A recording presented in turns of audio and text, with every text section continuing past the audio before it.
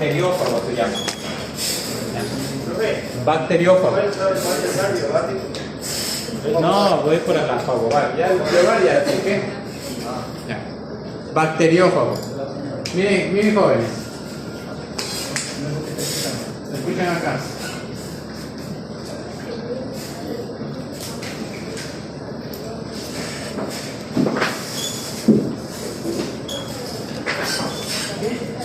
Miren, escuchen acá. Esta es la bacteria, miren. Escuchen. Esta es la bacteria, ¿ya?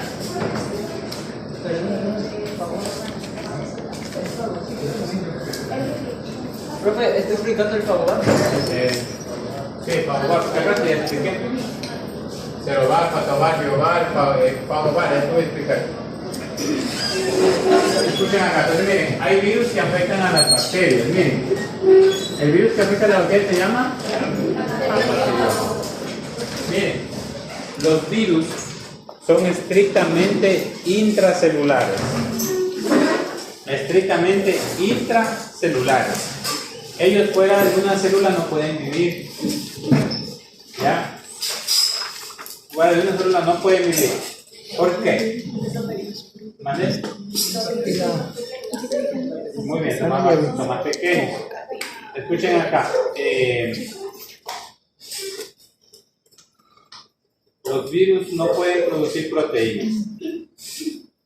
Los virus no pueden producir proteínas. Esa es una de las condiciones, una de las necesidades porque un virus es estrictamente intracelular.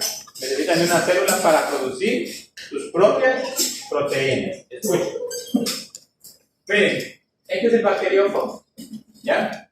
Ahora, el virus es una estructura, el virus es más pequeño que la bacteria, pero él también requiere de proteínas. Miren, entonces, ¿qué hace el virus? ¿Esto qué es? ¿Esto qué era? ¿Esta es la bacteria? ¿Esto qué era? ¿Qué es? ¿Qué? El ácido nucleico. Es el ácido nucleico, ¿ya? Ahora, ¿dónde se producen las proteínas? En el ribosoma.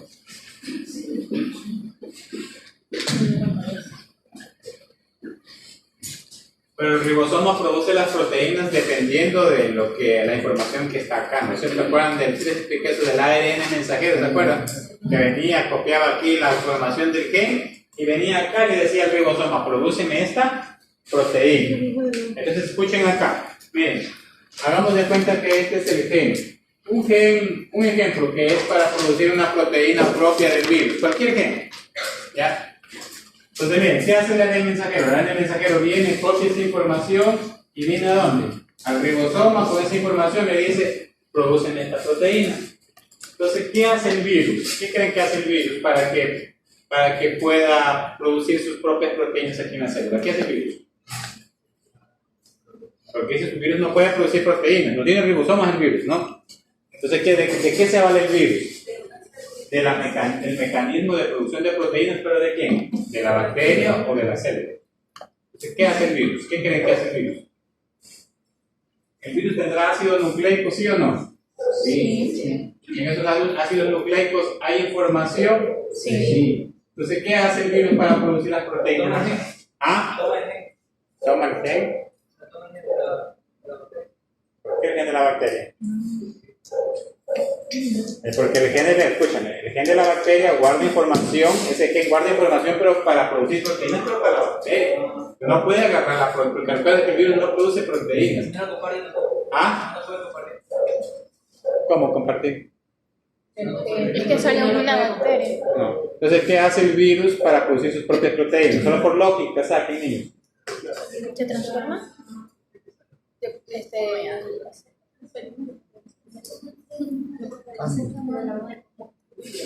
¿Pero cómo hace?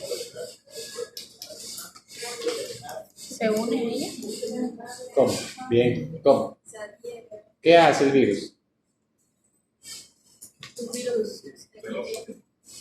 O sea, se une, pero ¿cómo se une? Ese es el problema. Bien, el virus lo que hace es inyectar sus ácidos nucleicos ¿en dónde? En la bacteria. En el ácido nucleico de la bacteria. Bien, entonces, ¿qué hace el virus? Miren, el virus viene, toda esa cadenita de ácido nucleico, que obviamente como es más pequeño, va a ser más pequeño. Esto que grafico de negro aquí, hagamos de cuenta que este es el ácido nucleico del virus. ¿Ya? Entonces, ¿qué hace él?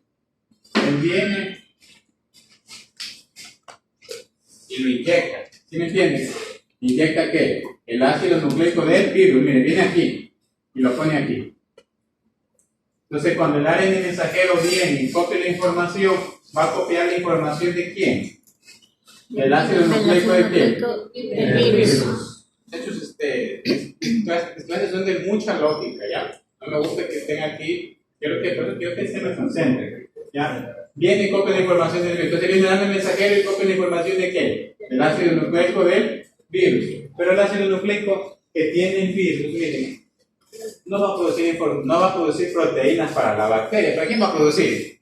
Para el mismo virus. Porque el virus necesita replicarse. Él mete ácido nucleico para que se hagan ya no un virus, sino 2, 3, 4. ¿Sí están entendiendo? Sí. Entonces, esa información viene al ARN mensajero. ¿Por qué? Porque metió su ácido nucleico. Y cuando va al ribosoma le comienza a producir las proteínas del virus y se van ensamblando nuevos virus aquí. Que llega un momento determinado que la bacteria se llena de virus y ¿qué hace? ¡Pum! Explota. Miren lo que es el virus, no bien mal agradecido, ¿no? Todavía que le hace el favor. Aparte que le da todo ya el mecanismo, ¿no? Para que produzca las proteínas, después le agradece matándolo. Y así la gente no está. Pero no son así. Un ejemplo de parasitismo. ¿Mande? Como un ejemplo de parasitismo. Un ejemplo Se de... alimenta de la célula y se beneficia. La verdad es que es un tipo de parasitismo. Entonces, miren. Pero la bacteria no se queda ahí. Miren muchachos, la bacteria no es que se queda tranquilo. Yo no puedo hacer eso. Los virus hacen lo mismo. Cuando el virus del COVID ingresó, se comenzó a valer de las células de los neumocitos. Aquí hay unos neumocitos que son células del pulmón. Comenzaron a replicarse ahí, ¿no es cierto? Y comenzó a destruir todo el parénquima pulmonar. Miren, ve. Se salían a otro lado a infectar de células, la dejaba destruyendo. Y yo como respiraba, ¿no es cierto? Y las personas que comenzaban a ¿qué? A morir, ¿no es cierto? Entonces, miren, lo mismo pasa con las bacterias, pero las bacterias tienen una característica, ellas mutan, ¿no es cierto? ¿Saben lo que hizo una bacteria? Miren, la bacteria hizo esto, miren, la bacteria produjo algo que se llaman enzimas. La bacteria quería producir algo que se llamaba enzimas. De hecho, produjo una enzima. Entonces, como ¿esto dentro qué era? El ácido nucleico del virus. Ahora digamos ácido nucleico porque hay virus de ADN y ARN, ¿ya? Entonces, ¿qué hace esa enzima? Hagan de cuenta que esas enzimas son como unas tijeras, miren. Así. ¿Qué venía? ¿Qué hizo? ¿Cortaba a quién? El ácido nucleico del virus. ¿Qué pasaba después? La bacteria, ¿qué pasaba? ¿Se enfermaba, sí o no? ¿Se moría la bacteria? ¿Se infectaba del virus, sí o no? Si ya no tiene ¿Se infectaba del virus, sí o no? ¿La bacteria se infectaba del virus, sí o no? No. ¿La bacteria se infectaba del virus, sí o no? No. Muchachos, si no tiene el ácido nucleico, ¿cómo se va a infectar? No se infecta. ¿Por qué dicen sí entonces? No se infecta. Yo escucho sí, como dicen sí, no. Porque ¿qué está haciendo? Lo cortó. Entonces, ¿qué hace? Nuevamente se une. ¿Qué es? ¿Es un mecanismo de sobrevivencia, sí o no? Sí. Las bacterias pueden hacer eso. ¿Sí me entienden? Miren cómo cortan pedazos de ¿qué? De ácidos nucleicos. Pero quién sabe, por ahí se fue cortando un pedazo más. O sea, aparte de cortar el ácido nucleico del virus, se cortó un pedazo más. Porque a veces no todo es específico, ¿no es cierto? ¿Se generó una nueva variante, sí o no? Sí. Porque se eliminó un pedazo, ¿sí o no? Sí. ¿Eso cómo se llamaría? Fagoval. ¿Sí van entendiendo? ¿Cómo se van generando nuevas variedades en función de qué? La necesidad de qué? De sobrevivencia a quién? A los virus que afectan a quién? A las bacterias. ¿Ya? Escuchen acá, presten atención. Hoy en día, ustedes sabían que las fecundaciones se hacen in vitro. ¿Sí sabían? Sí. Que se pueden crear ovejas, se pueden crear seres humanos in vitro. ¿Sí sabían? Sí, bueno. Verán, Es una técnica muy arriesgada, que de hecho en plantas se lo hace. En plantas, ¿por qué lo hacen? Con finalidades de mejoramiento genético. En bacterias lo hacen. Yo sé que los chinos lo están haciendo. Lo hacen de una forma clandestina, pero de que lo hacen, lo hacen. ¿Ya? Hay una técnica, y de hecho que quiero que vean un video porque les voy a preguntar, ¿verdad? La próxima semana. Y aquí les voy a indicar más o menos. Miren. Dice...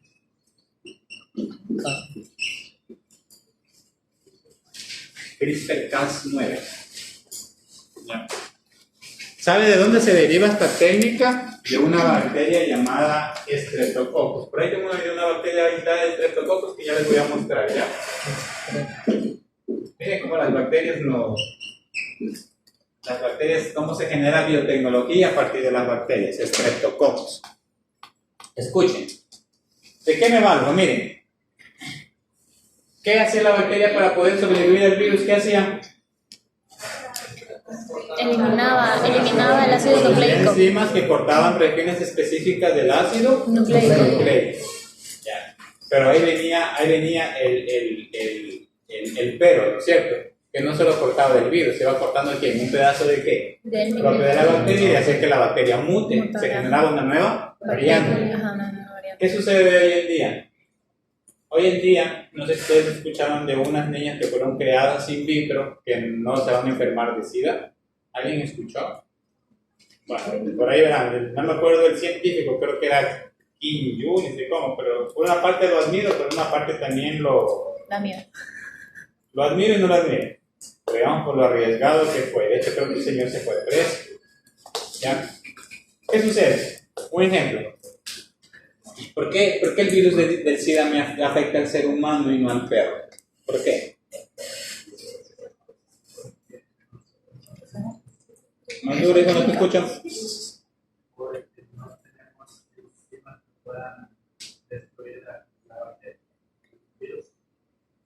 ¿Alguien más? Toda respuesta vale, ¿ya? Pero quiero que... ¿Cómo? ¿Por qué nosotros nos enfermamos y el perro no del SIDA? Nosotros sí. Porque se empieza por transmisión sexual. No. Lo acabo de dar ahí, pues acá.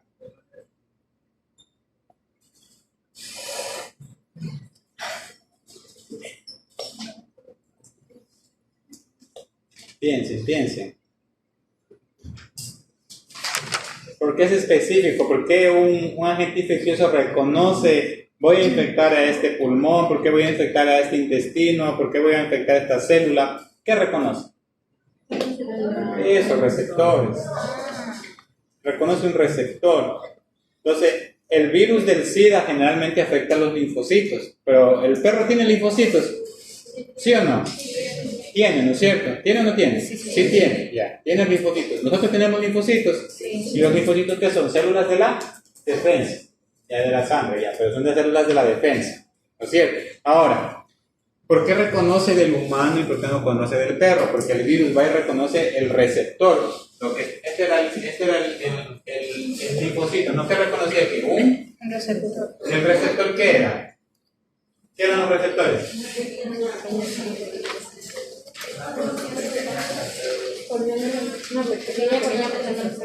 ¿Qué? ¿Qué tipo? ¿Qué? Puede ser lípido, puede ser proteína, puede ser carbohidratos. Está en la superficie. Entonces, miren, el virus viene y reconoce el linfocito del humano. Miren, dice que es una proteína, de hecho es una proteína. El receptor que reconoce el virus de la célula del linfocito, ¿qué es? Una proteína. Y para yo producir esa proteína que está en la superficie de esa célula, tengo que tener ¿qué? ¿Qué tengo que tener? Ácido nucleico. ¿Qué tengo que tener? Ácido nucleico. El gen. El gen recuerden que todo lo que hay en el ácido nucleico no guarda información. Tiene que haber ¿qué? El gen. ¿No es cierto? Entonces yo tengo, mis células tienen un gen que producen un receptor y ese receptor es reconocido por quién, por el virus de quién, del SIDA, del VIH. Tiene el gen. Ahora, ¿cómo ustedes lo asocian?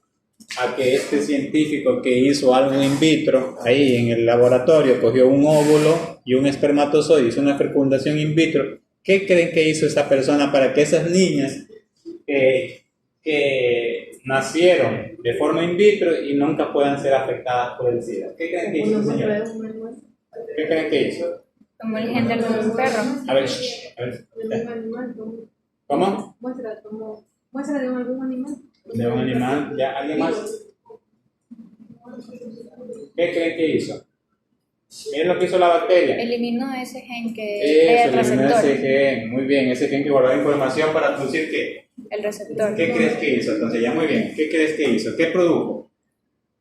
¿Qué hizo? ¿Qué hizo? Muy bien, enzimas. Miren, se valió de una bacteria que produce enzimas que cortan regiones específicas de quién?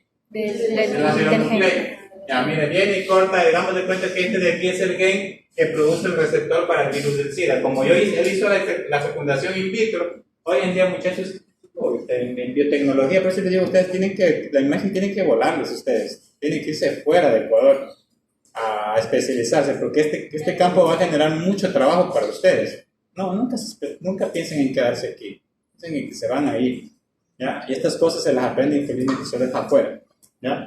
Entonces, miren, que produjo una enzima que la aisló de la bacteria y ¿qué hizo? ¿Cortar? El gen. ¿No es cierto? Entonces esas niñas nacieron con ausencia, sus linfocitos tienen receptor para el virus del VIH. No. Pueden estar con una persona que está enferma del VIH, ¿se van a enfermar? No. No se enferman porque no tienen el receptor. ¿Cómo le reconocen? ¿Sí me entiende? Sí. Ya. Ahora, a ver usted la de Rosadito. ¿Cuál es la desventaja? Solo le pregunté a ella. La ventaja es eso, de que yo modifiqué los ácidos nucleicos para un bien, ¿sí o no? Sí. ¿Es para un bien? Sí, porque las niñas no se van a enfermar. Ahora, ustedes sáquenme por lógica la desventaja y el riesgo. Pueden haber problemas durante el proceso de porque el VIH se transmite sexualmente. Entonces puede haber un problema. ¿Ya? Alguien levante la mano y dígame cuál es el riesgo, cuál es el problema.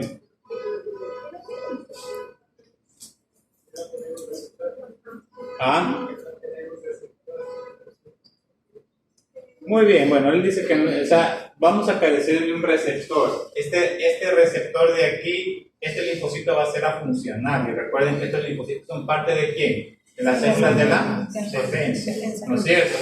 Gracias, miren, a ese receptor, el virus, este linfocito también puede reconocer ciertos anticuerpos. ¿Recuerdan que les dije una región constante y una región variable? ¿Se acuerdan? Esta región constante normalmente se une a macrófagos, pero también se pueden unir a quién? Al linfocito. Entonces las niñas van a ser carentes, una simple gripe las puede matar. ¿Ya? Un sistema inhibidor. Ahora díganme otra desventaja y la más importante aún. O sea, eso ya dijo que el sistema se vuelve inmunodeficiente, pero hay otras más. ¿Qué tiene que ver el medicamento? A ver, usted. Dijo que se liberó una enzima de una bacteria para eliminar el porcentaje. Ajá. Entonces no se pudo haber eliminado sin querer otra. Eso, muy bien. Sin querer me fui llevando otro gen por ahí. Miren, escuchen acá. Muy bien. Me gusta que saquen lógica las cosas. Y de hecho, yo a las personas que veo que estudian mucho, yo les pongo las notas. A las que me actúan mucho y me prestan atención, ya les pongo yo la nota. En mi paso tiempo. A los más distraídos, más me les cargo y más preguntas difíciles les pongo. Entonces les he dicho, aquí denme las clases. No se distraigan. Entonces les doy cada 10 minutos, ahí si vayan a pensar en otra cosa. Cuando estén aquí, solo piensen en esto, en microbiología. ¿Ya? Miren, hagamos de cuenta que ese gen es así. CCGT. Es el gen para producir el receptor que va a reconocer el virus del VIH. Pero quién sabe, por acá yo tengo otro gen que es así, miren. CCGTA. Hagamos de cuenta que este gen de aquí es para producir una inmunoglobulina. Una inmunoglobulina A, que es un anticuerpo. ¿Qué pasa? Yo sin querer, miren, yo saqué esa enzima que reconoce CCGT, Pero miren que inconscientemente que me fui eliminando. No eliminé todo el gen, pero lo muté o no lo muté. Sí. Ya se mutó, ya lo que él tiene que producir ya no va a producir. ¿Sí me entienden? O lo produce, ya lo produce de una manera a funcionar. Sin querer produce una mutación. Esas niñas aparte, digamos, tienen una ventaja que no se van a enfermar de SIDA, pero pueden por ahí, como yo les dije, son 2 metros. Imagínense en esos 2 metros la cantidad de información que guarda ahí, ¿no es cierto? Que hay genes que son idénticamente parecidos. Y yo sin querer, por hacer algo, me fui robando, me fui cortando, digamos, alterando otro gen. Mutó. Ahora esas niñas se lanzaron a la población. ¿Ustedes no creen que se van a Enfermar. No vamos a enfermar? Bueno, se van a enfermar, pero aparte de eso, ¿no creen que se van a reproducir? Claro. Sí.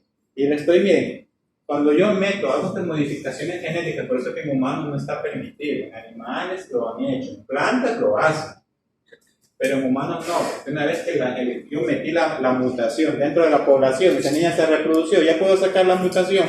No. ¿Ya la puedo sacar de la población? Ya no la puedo sacar. Ya es una mutación que ya se casa por ahí, después el descendiente y al fin se dispersa, se queda inmutable. ¿No es cierto? Ahora, esta técnica tiene esa ventaja. ¿Ustedes creen que el cáncer guarda información? El cáncer en las personas, los animales también son predisponentes, o se enferman al cáncer por predisposición genética. Sí. Hay personas que guardan genes que ya les predisponen a que sus células se comienzan a reproducir de manera descontrolada, ¿no es cierto? ¿No es cierto? Entonces, eso es una ventaja. Porque, un ejemplo, yo sé que esa persona guarda un gen que tiene predisposición para sufrir algún tipo de neoplasia. Yo ya sé más o menos dónde está el gen, porque es como es posible estudiar toda la secuencia que yo les dije. Puedo cortar ese gen mutado, pero ¿qué puedo estar cortando? Otro gen que O sea, no puedo tiene nada estar que ver. dominando una cosa y puedo estar dañando otra. ¿Sí me entienden? Ya. Ahora, una ventaja es esto, que yo puedo cortar genes que guardan información que el animal o la persona es predisponente a sufrir enfermedades, en este caso del cáncer, infecciones, degeneraciones, bla, bla, bla. Ya. Pero me puedo llevar otra alteración, ¿no es cierto? Según dicen que más adelante, dicen que las personas van a poder, esto es como algo comercial, ¿no es cierto? Y de hecho, por eso que ese chino se atrevió a hacerlo en humanos, y de hecho que él supuestamente está preso, ¿ya? Porque no está permitido hacerlo en humanos. Dicen que más después la gente va a poder decidir que yo quiero tener un hijo de 2 metros. Ajá. Yo puedo, la estatura obviamente tiene que ver mucho con la alimentación, el medio ambiente, sí, pero más es determinado también por dónde. Por el gen. La capacidad intelectual, ¿no creen que también está determinada por genética? El color de ojos, el color de piel. Ya. Todo en realidad. Realmente eso ya se vuelve algo comercial, ¿no es cierto? Que realmente no tienen enfoque de solucionar enfermedades, sino que porque la gente dice, sueña que mi hijo que sea blanco, que yo soy moreno. Hay gente que sufre de esos preconceptos, ¿no es Como cierto? las cirugías estéticas. En las cirugías estéticas, ¿no es cierto? Entonces, realmente eso ya se vuelve algo comercial, ¿no es cierto? Pero el problema es de que estoy alterando el DNA y pueden sufrirse un montón de alteraciones genéticas. Sí, jugar con este tema genético, a lo menos en humanos y en animales, ahí viene lo que se llama el tema de bioética, ¿no es cierto? Bioética, ¿ya? Bueno, ¿alguna pregunta? ¿Alguna pregunta, jóvenes? ¿Está ahí? No, salieron normales, son gemelas, pero se entiende de que ellas nunca se van a enfermar de SIDA. Y si ella se reproduce, tendría. Hay la posibilidad, claro, te digo, porque puede ser, miren, escuchen acá, puede ser que ellas no hayan expresado la malformación porque hay genes que son dominantes y recesivos, ¿sí han escuchado? Sí. ¿Ya? Baja esto. Ya, hay genes dominantes y recesivos. Puede ser que ellas no expresen la malformación genética porque tienen un gen recesivo. Pero si ellas lo tienen y se reproducen, quién sabe sus hijos no la tienen. Sus bisnietos no la tienen, pero quién sabe se expresan los tataranietos. ¿Sí me entienden? Pero miren, sus hijos guardan el gen, ellos van y se reproducen y el gen recesivo se está diseminando, se sigue expandiendo. Pero el gen está. ¿Sí me entienden?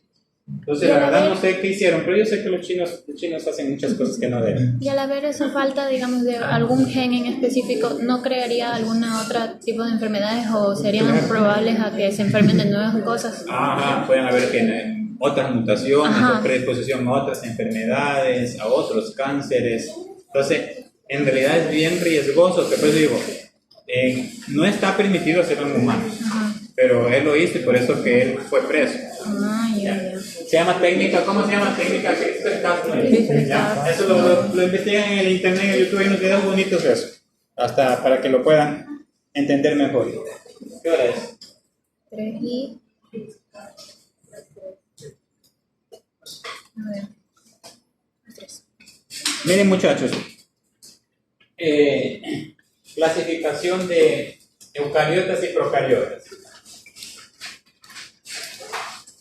Tengo 2 puntos, miren. Yo voy a identificar células procariotas y eucariotas aquí. Eucariotas. No, procariotas. A Procariotas. veces vamos a iniciar con las bacterias, son procariotas. Cuando vayamos con los hongos, ¿qué son? Eucariotas. Bueno, desde el punto de vista diagnóstico, escuchen acá. Desde el punto de vista diagnóstico, ¿cuál creen que es más fácil identificar? ¿Una procariota o una eucariota? ¿Procariota? ¿Por qué procariota, Jorge?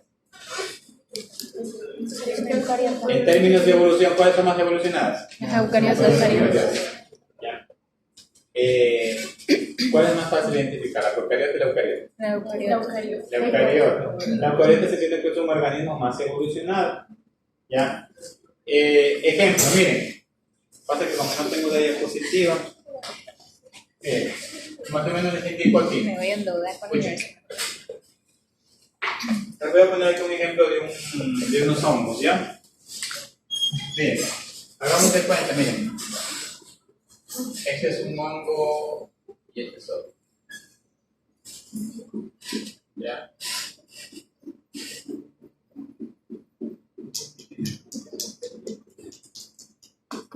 Cuando yo hago cultivos de hongos, escuchen acá, yo siembro el hongo en una caja Petri, lo dejo cultivando ahí por X tiempo, ¿y qué es lo que yo hago? Saco una pequeña muestra, le pongo una tinción e identifico. Voy al microscopio y observo eso. Ya después les indico con más detalle cuando veamos hongos. Observo esto, mira, aquí tengo un Microsporum canis, ¿ya? Y aquí tengo un Trichophyllus. Yo observo, miren, ven. Observo la forma, miren, yo veo que este de aquí, ¿qué pasa? Termina en punta. ¿El de acá cómo termina?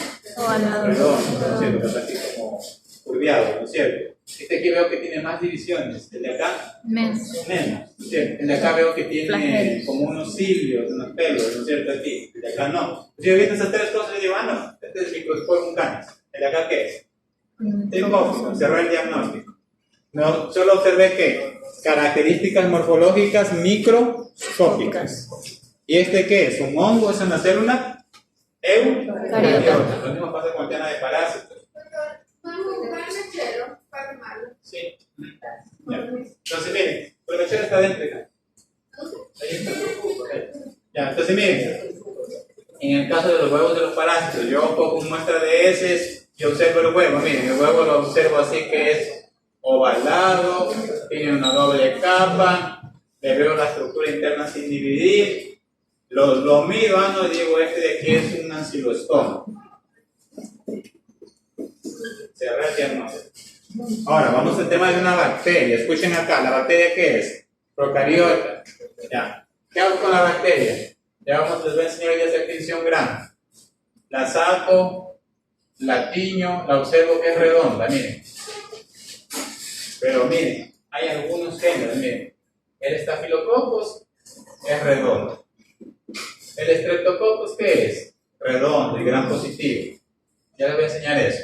El Enterococcus, ¿qué es? Redondo. ¿Qué necesito hacer? Solo viendo la característica microscópica, las características morfológicas microscópicas llegadas de un diagnóstico. No. Necesito hacer pruebas adicionales. Hay unos que se llaman pruebas bioquímicas. Veo si la bacteria produce determinada enzima, si fermenta determinado carbohidrato. ¿Sí me entienden? qué hemólisis me produjo en el agar sangre. Entonces, ¿qué necesito? Otras pruebas. Ahora, desde ese punto de vista, ¿cuál es más fácil identificar? El eucariota. La eucariota. ¿No se dan cuenta que el organismo más evolucionado necesito menos pruebas para llegar a un diagnóstico? En cambio, en el otro no, necesito unas pruebas adicionales. Entonces, comparando entre células procariotas y eucariotas, ¿quién tiene menos la ruta para hacer un diagnóstico? ¿Cuál va a ser más corta? ¿La de la eucariota? Porque tan solo yo observando características microscópicas puedo llegar a un Diagnóstico. ¿Me entendió? Ya. Bueno, ahora, no necesariamente, porque recuerden que la taxonomía yo les había dicho que es dinámica. Eso lo vimos la semana pasada, que ellos cambia. ¿Quién sabe? ¿Qué sé yo? Yo no soy muy bueno para aprender mi historia, ni me interesa aprender mi historia. ¿Quién lo descubrió el estafilococo, el estreptococo? Esas cosas a mí no me interesan. ¿Ya? Pero quién sabe, Linnaeus, que pues, lo único que sé es que la descubrió la mosca, ¿ya? Pero no sé, por ejemplo, Linnaeus descubrió el estafilococos, qué sé yo, le hizo secuenciación de genes. No necesariamente para yo aquí en el laboratorio, recuerden que lo que ustedes van a aprender son microbiología clínica. Yo no necesariamente tengo que tener aquí todos los aparatos para hacer secuenciación para identificar un estafilococo. Puedo utilizar otras pruebas. ¿Ya? Todas esas pruebas se llaman pruebas fenotípicas, ¿ya? Que están incluidas en un manual llamado así se llama el manual. Manual de Bergey, sí. Manual de Bergey.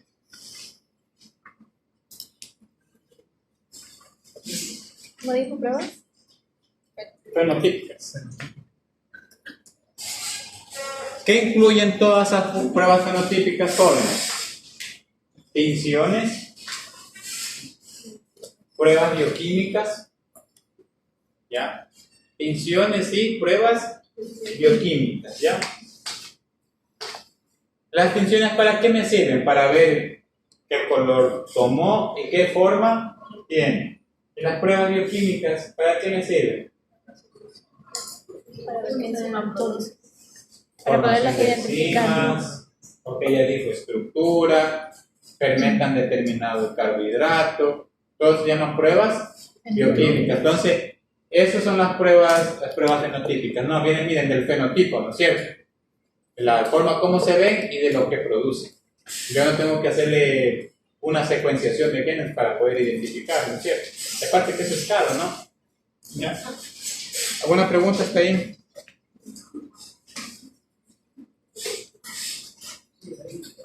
Muchachos, ya vamos a ir entrando un poco a lo que es la parte clínica. ¿El lugar de muestreo es importante, sí o no? Sí. A ver, ¿por qué sí? Para el diagnóstico. El lugar de muestreo. Ajá, cuando yo me refiero al lugar de muestreo es de que si es de aquí, es de acá, es de acá, es de acá. Para poder identificar, o sea, el tipo de prueba que tenemos que hacer o también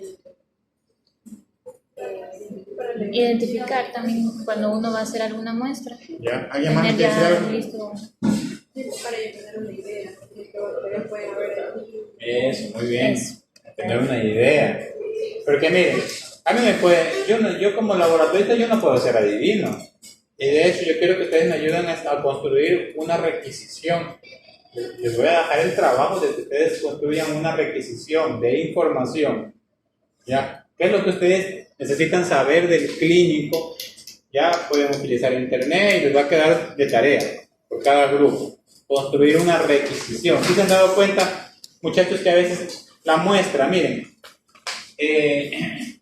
un ejemplo abajo, vean. Ustedes van a mandar una muestra de sangre del laboratorio. Tú que has trabajado en clínicas. No sé si el doctor a veces toma la muestra y ¿qué llena para mandar al laboratorio? Solo manda la muestra, ¿qué llena? Una forma.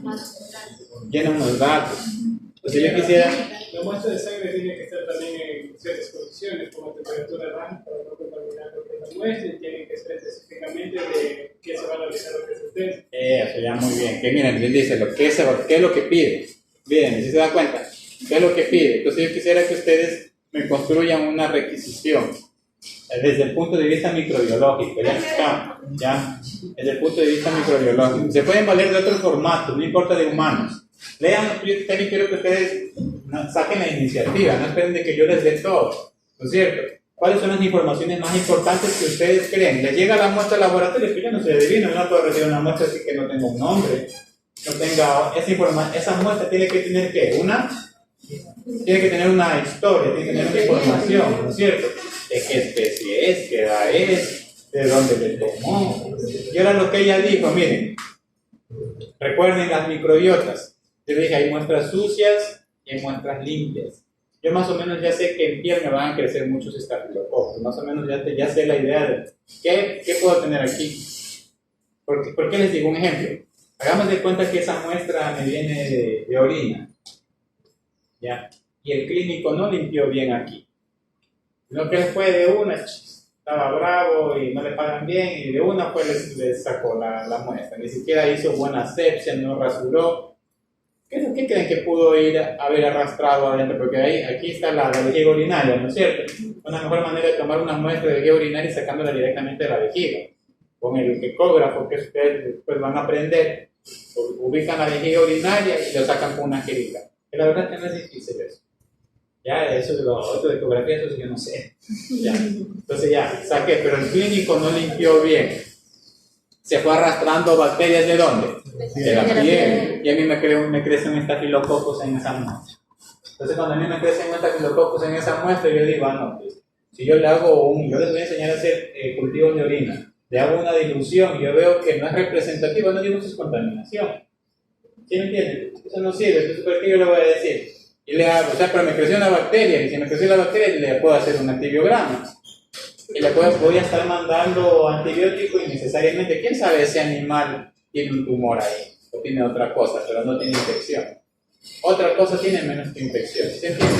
Entonces es muy importante que ustedes más o menos conozcan la composición de bacterias que hay en cada parte. Yo sé que aquí crecen mucho los estafilococos, pero no descarten que pueden haber otras bacterias. Por aquí en la boca tengo muchos estreptococos. Yo sé que a nivel de orina, ¿cuáles son las principales bacterias que... Escherichia coli. La Escherichia coli, ¿en dónde está mucho la Escherichia coli? ¿En el intestino? Ya. ¿Por qué las mujeres tienen una predisposición a sufrir de enfermedades, de infecciones de vía urinaria? Han escuchado que las mujeres se enferman mucho de eso y hay una predisposición anatómica.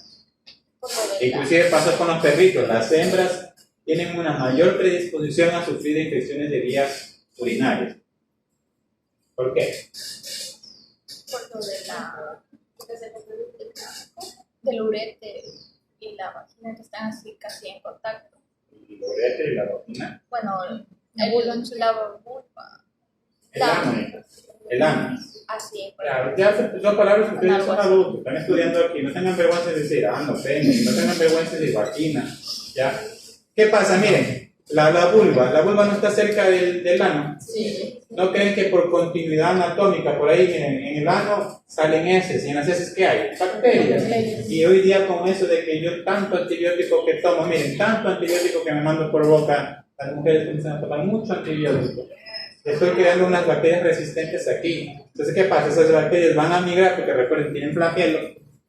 ¿Migran por dónde? Por la vagina, por la vulva, ¿y a dónde llegan?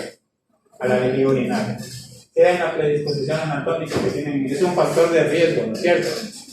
Miren los factores de riesgo. Esos son factores de riesgo. Son factores que predisponen a que un animal o una persona se enfermen fácilmente.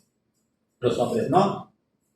¿Sí me entienden? Lo mismo pasa entonces con las mujeres. Entonces, por eso que uno de los principales agentes patogénicos en vejiga urinaria, ¿quién es? La Escherichia coli.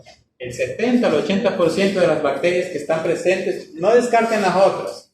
¿Son qué? Escherichia coli, porque lo que más abunda en las heces, ¿qué son?